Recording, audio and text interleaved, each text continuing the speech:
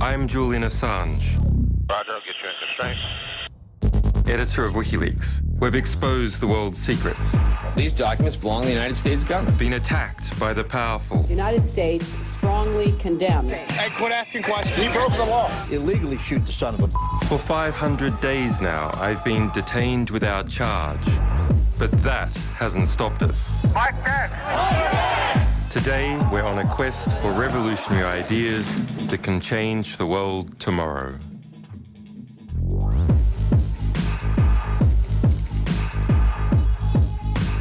Se está llevando una guerra furiosa por el futuro de nuestra sociedad. Es invisible para la mayoría de la gente. Por un lado está la red de gobiernos y corporaciones que espían todo lo que hacemos. Por el otro están los cypherpunks, virtuosos activistas que hacen códigos y repercuten en la política pública. Este movimiento es el que generó WikiLeaks. Mis invitados son tres amigos del movimiento cypherpunk. Ende Müller-Magun, de Alemania, Jeremy Zimmerman, de Francia, y Jacob Appelbaum, de Estados Unidos. Les quiero preguntar si el futuro del mundo es el futuro del Internet. Espere. Antes de pasar a aspectos negativos, por favor, me gustaría estar de acuerdo contigo. Creo que son problemas estructurales y vitales para cualquier cosa que defendamos, y esto es un mensaje que tenemos la responsabilidad de transmitir al público, porque lo entendemos como hackers que somos, como técnicos que construyen Internet cada día y que juegan con él. Saben, hay una cosa buena sobre los gobiernos, y es que nunca son una unidad, sino una pluralidad. Eso es finalmente lo que nos salvará del gran hermano, porque va a haber demasiados que quieran ser el gran hermano y tendrán luchas entre ellos y demás. Yo no creo, Andy. Creo que hubo un tiempo en el que tuvimos élites nacionales que eran competitivas entre sí y ahora están conectando y están elevando sus perspectivas. Están conectando. Tienes razón en cuanto a eso. No estoy seguro de si realmente nos van a guardar las espaldas, pero hay una posibilidad de conservar nuestra propia identidad. Quiero decir que debemos apegarnos a nuestra propia infraestructura. Eso es lo importante que hay que aprender aquí. Creo que por eso las guerras de derechos de autor son tan esenciales. Porque con las tecnologías de red de pares desde Napster, en el 99, la gente lo entendió que al compartir archivos entre individuos... Eres un criminal. No, se construye una cultura mejor. La gente que lo practica... No, eres un criminal. Ese es el cuento. No. Pero tú construyes una mejor cultura para ti mismo. Todo el mundo usará Napster. La historia Déjame de la acabar raza ahora, por humana favor. y la historia de la cultura es la historia de la copia de ideas, Exactamente. modificándolas y procesándolas más allá. Y si a eso le llamas robar, entonces estás en...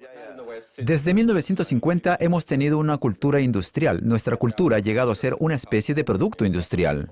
Se llama restringir tus pensamientos. Bien, Estamos alimentando al troll aquí porque está jugando a ser el abogado del diablo y lo está haciendo muy bien, pues sí. Es una estupidez tan obvia. Sí, es una estupidez. En el idioma político se le llama robar. Pero yo quiero destacar una cosa aquí, que cualquiera que usó el Napster en el 99 se convirtió en un admirador de la música y después fue a conciertos y llegó a convertirse en una especie de consejero al decir a todo el mundo, deberían escuchar a esas personas o deberían ir a ese concierto, etc. Y cuando se trata de compartir cultura, es exactamente lo mismo que compartir conocimiento, pues tenemos ejemplos en los que los servicios descentralizados y el hecho de compartir entre individuos hace las cosas mejores. Y el ejemplo clásico es el abogado del diablo al que jugabas, cuando una industria viene y dice, esto es robar, y esto significa matar a todo el mundo, matar a los actores, matar a Hollywood, matar al cine, matar a los gatos y todo. Y yo, una vez más, tengo que estar en desacuerdo con el abogado del diablo al que tú has estado jugando antes. Algunos miembros conservadores del Parlamento Europeo ahora lo entienden. Entienden que los individuos, cuando comparten cosas, cuando comparten archivos sin un beneficio, no deben ser procesados, no deben ir a prisión, no deben ser castigados.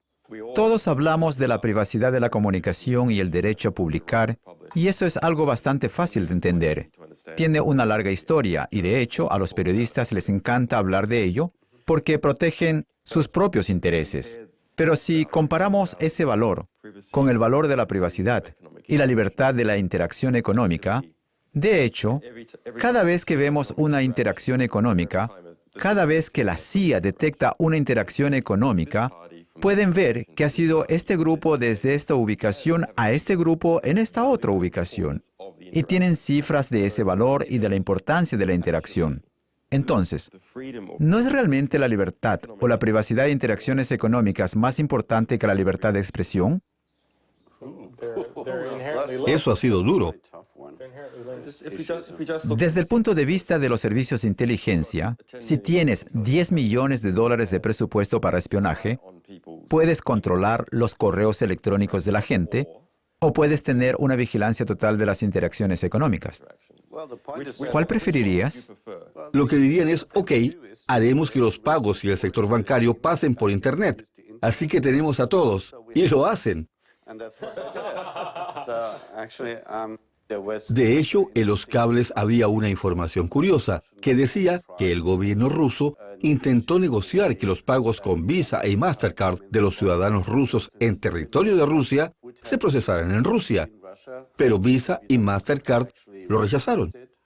Bueno, el poder de la embajada estadounidense y de Visa, ambos combinados, fue suficiente para impedir que incluso Rusia creara su propio sistema de tarjetas de crédito interno y que siguiera. Eso quiere decir que incluso los pagos de los ciudadanos rusos en territorio de Rusia, en tiendas rusas, se procesarán en centros de datos estadounidenses. Así, el gobierno estadounidense tendrá el control jurisdiccional, o por lo menos el interno. Sí, es decir, que si Putin va a comprarse una Coca-Cola, en 30 segundos lo sabrán en Washington. Y eso, por supuesto, es una situación muy insatisfactoria, independientemente de que me guste o no Estados Unidos. Tener un centro donde se almacenan todos los pagos es un problema importante y un fenómeno peligroso, porque de hecho admite cualquier tipo de uso de estos datos. Bueno, cuando hablo de sistema computerizado, quiero decir que es una de las cosas fundamentales que reconocen los CryptoPunks, que es un sistema que define la situación política. Así que tienen una estructura centralizada. Aunque la dirijan las mejores personas del mundo, la usarán los malnacidos, y esos malnacidos con su poder hacen lo que los diseñadores originarios nunca harían. Y no importa dónde miremos, especialmente lo podemos ver en sistemas financieros que realmente, incluso si la gente tiene las mejores intenciones, no importa. Quiero decir que ese sistema computerizado es la verdad de Internet con respecto a las comunicaciones, los así llamados sistemas de interceptación legal, que son solamente una manera bonita de decir que espían a la gente. Claro, creo que este producto fue creado. Bueno, la interceptación legal es un eufemismo. Sí, como un asesinato legal. ¿Has oído sobre los ataques aéreos de control remoto contra ciudadanos estadounidenses ordenados por el presidente de Estados Unidos, Obama? ¿Has oído que mató al hijo de 16 años de Anwar al-Awlaki en Yemen? Eso es un asesinato legal. Bueno, la así llamada interceptación legal es lo mismo. Simplemente se añade la palabra legal a cualquier cosa y luego se convierte en algo legítimo solamente porque el Estado lo hace. Y lo que queríamos hacer los CryptoPunks era crear sistemas de compensación recíproca de una manera realmente libre y donde fuera imposible interferir. Y de igual manera, asuntos financieros, donde es más peligroso trabajar. Quiero decir que hay una razón por la que la persona que creó la moneda electrónica, Bitcoin, lo hizo de forma anónima. Con el dinero es mucho más complicado. Tenemos las llamadas leyes contra el blanqueo de dinero y demás. Y nos dicen que, aparte de eso, las organizaciones terroristas y del narcotráfico están abusando de la infraestructura para hacer cosas malas. De hecho, sería muy interesante tener más empresas de supervisión y que los gastos gubernamentales fueran transparentes en este tipo de asuntos. Pero entonces surge la cuestión, ¿qué obtendremos si aseguramos un total anonimato solamente del sistema monetario? ¿Qué sucederá realmente? Creo que eso podría llevar aquí y allí a situaciones curiosas, donde la gente pudiera relajarse y decir con calma, ¿saben? Puedo alzar mi voz, puedo ir al Parlamento, pero también puedo comprar a los políticos que... Estás describiendo Estados Unidos, ¿verdad? Aquí pienso que hay un grave problema. ¿Estás seguro de que es un problema, Jeremy? Quizás en realidad es un buen tributo que aquellas industrias productivas, Creo que voy a abogar por tomar vodka o whisky. Jeremy, vamos a ver si puedes terminar tu frase sin... Contrólanos, maestro troll.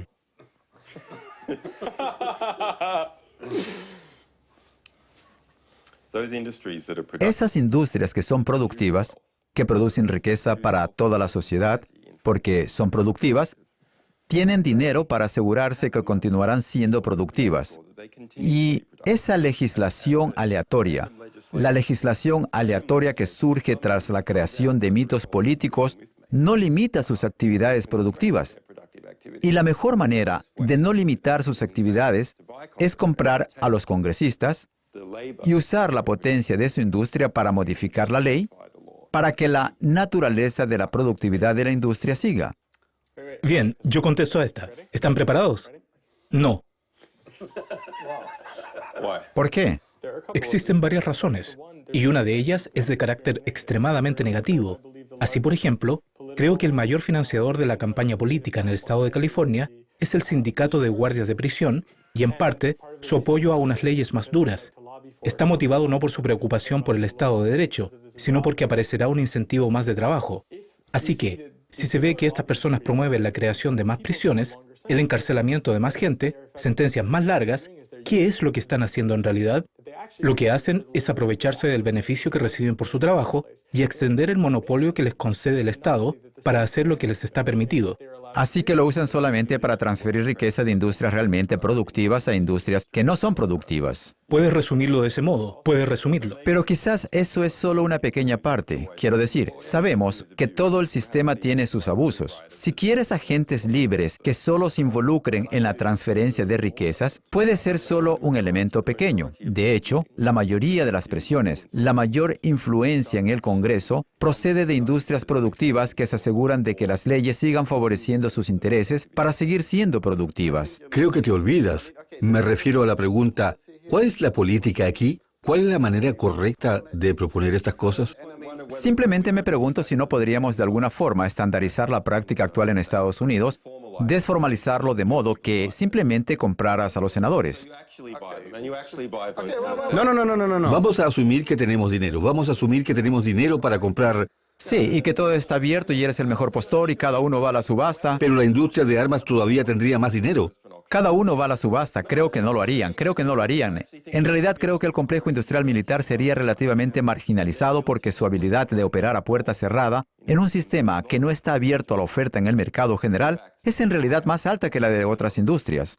Esperen. Simplemente quiero... No se puede referir a la cuestión de transparencia de la cual él acaba de hablar, porque hay una desigualdad fundamental. Pero vamos. Sí, pero por favor. No. Jeremy, Tienes que decirme sigue, qué es la desigualdad fundamental. Quiero decir que tú eres el chico francés en la habitación. Dale. Cuando dices, vamos a dejar que los actores dominantes decidan cómo será la política, puedo responderte desde la retrospectiva de lo que ha sido Internet en los últimos 15 años, donde la innovación era así llamada de abajo hacia arriba, donde nuevas prácticas emergen de la nada, donde un par de chicos en un garaje inventaron una tecnología que se expande como... Prácticamente para todo. Para Apple, para Google, para todo. Para YouTube. Para todo. Todo lo que pasó en Internet simplemente se disparó después de ser desconocido durante unos meses o años atrás. Así que no podías predecir cuál sería la siguiente innovación. En este contexto, mi punto de vista es que la política tiene que adaptarse a la sociedad, y no al revés. Tenemos la impresión con las guerras de derechos de autor que el legislador trata de hacer cambiar toda la sociedad, adaptarla a un marco definido por Hollywood. Dicen que lo que tú haces cuando estás con tu nueva práctica cultural simplemente es moralmente incorrecto. Entonces, si no quieres pararlo, nosotros elaboraremos instrumentos legales para que dejes de hacer lo que tú crees que es bueno. Este no es el modo de hacer buena política. Entonces, estoy convencido que cuando tú permites a los actores industriales más poderosos decir qué política tiene que haber, no vas por el camino correcto. ¿Y puedes hablar un poco sobre tu detención en un aeropuerto en Estados Unidos? ¿Y por qué pasó esto?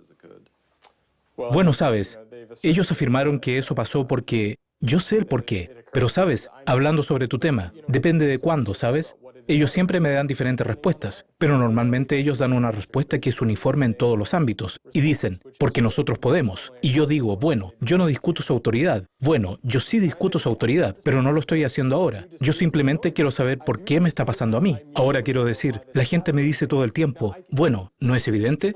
Trabajas en Tor. Estás sentado al lado de Julián.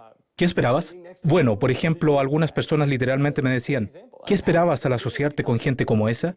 También me decían tonterías como, acuérdate del 9/11, ese es el porqué. O es porque queremos que contestes a algunas preguntas, o este es el lugar donde tú tienes la mínima cantidad de derechos. Nosotros lo afirmamos. Y las cosas que ellos hacen en esta situación, como negar el acceso al abogado, te niegan el acceso al baño, pero te dan agua.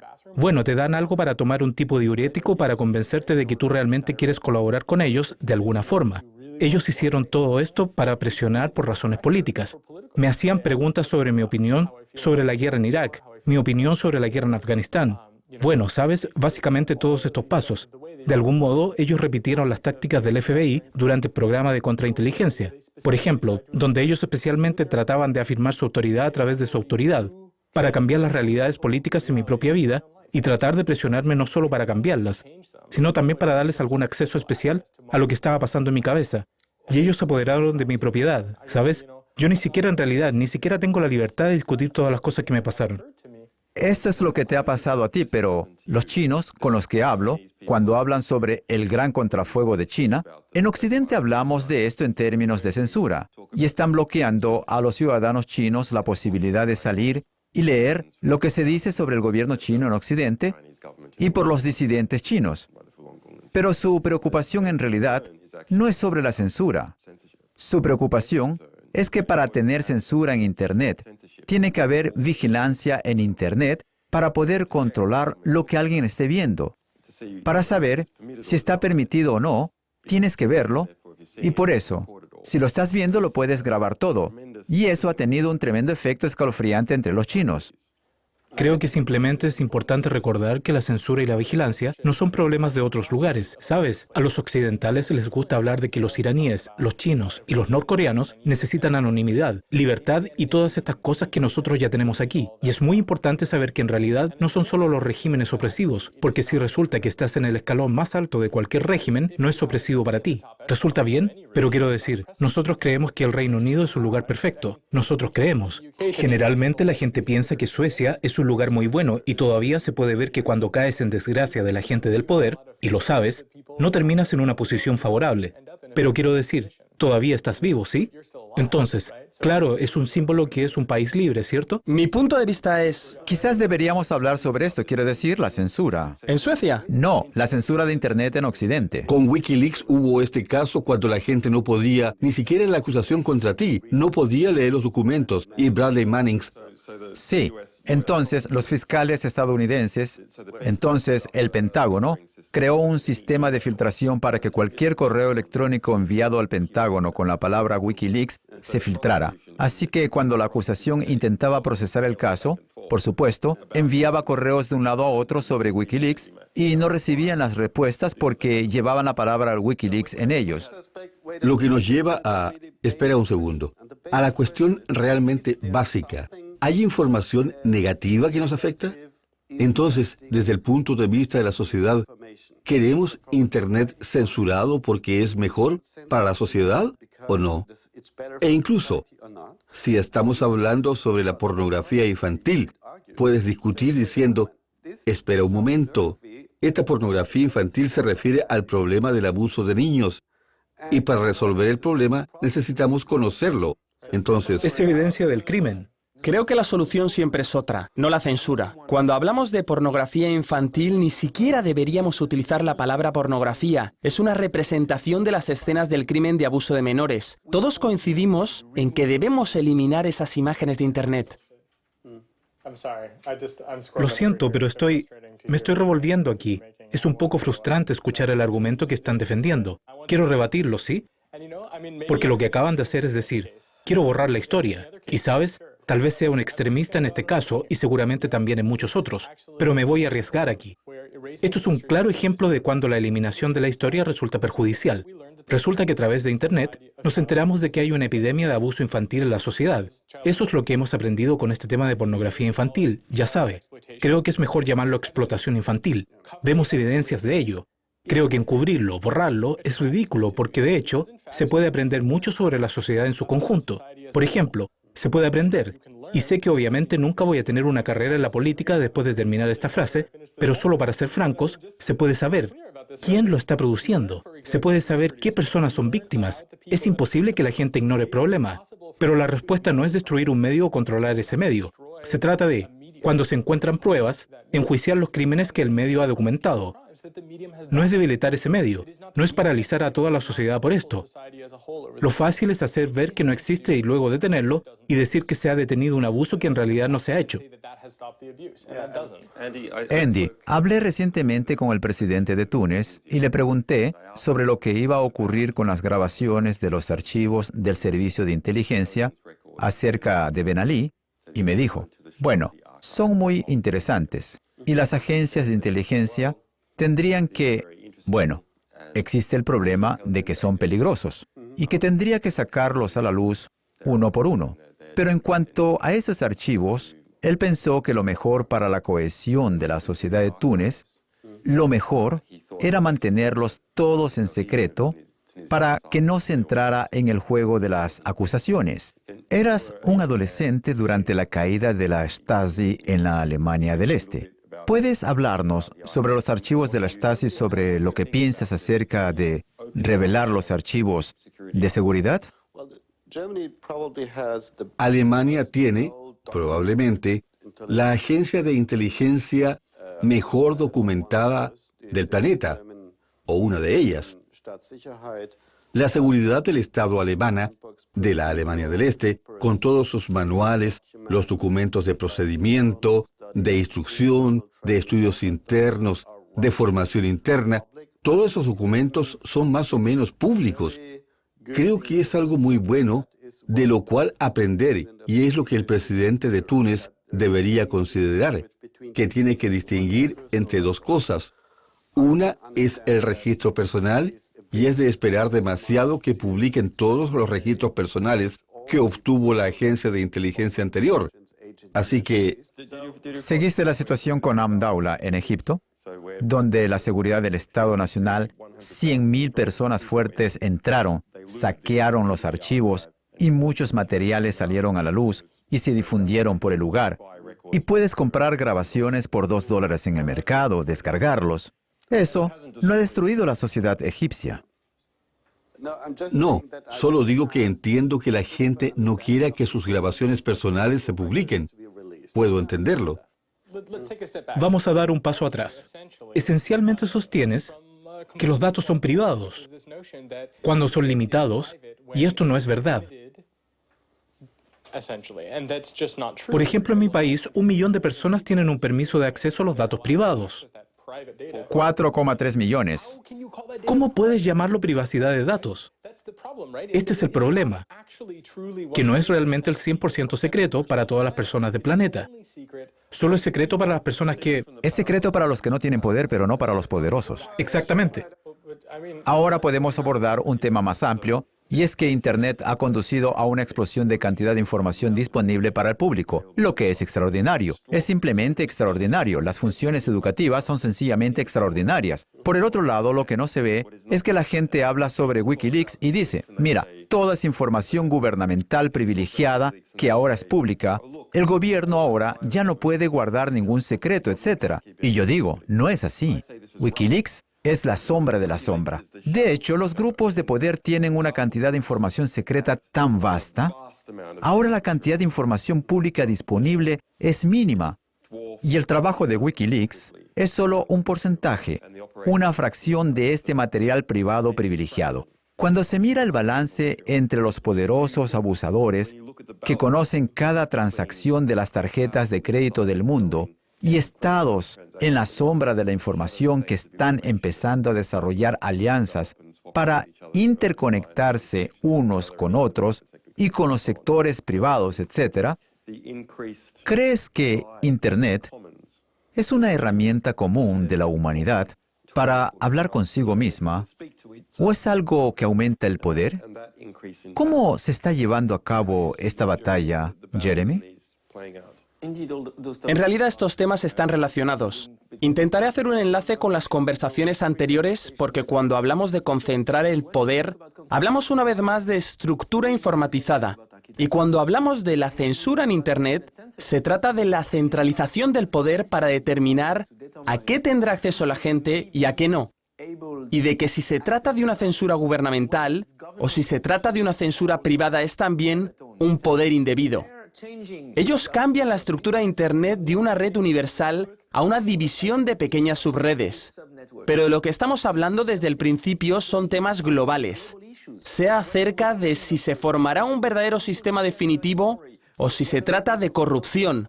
Sea de hablar de la geopolítica o la energía o el medio ambiente o lo que sea. Todo eso son problemas globales a los que se enfrenta la humanidad ahora. Y aún tenemos una herramienta en nuestras manos que nos permite una mejor comunicación, una forma de compartir conocimiento, una mejor participación en el proceso político y democrático. Lo que creo, lo que sospecho, es que un Internet global y universal es la única herramienta que tenemos entre manos. Para resolver los problemas globales.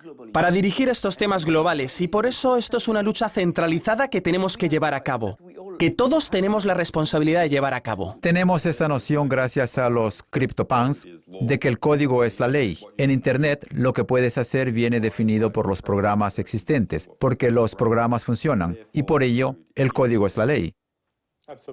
Sí, absolutamente. La clave, que creo que tendría que asimilar la gente, especialmente si hay alguna persona de 16 o 18 años que desea hacer del mundo un lugar mejor, lo que tienen que saber es que se pueden construir alternativas y que cualquier persona, cualquiera, especialmente con Internet, tiene el poder de hacerlo en el contexto en el que están y no es que tengan el deber de hacerlo, pero si desean hacerlo, pueden, que influirán en mucha gente, especialmente tratándose de Internet. Construir estas alternativas significa una ampliación, un incremento que, según creo... Así que especialmente para ti, si construyes algo, servirá para miles de millones de personas. Esto es lo que veo, es por lo que estoy aquí, porque si no te apoyo, ahora en lo que haces, ¿qué clase de mundo estoy construyendo? ¿Qué clase de mensaje transmito? ¿Dejaría que un montón de cerdos me acorralasen? De ninguna manera, nunca. Tenemos que construir y tenemos que cambiar eso. Debemos hacerlo. Como dijo Gandhi, ¿no? Tenemos que ser el cambio que queremos ver en el mundo.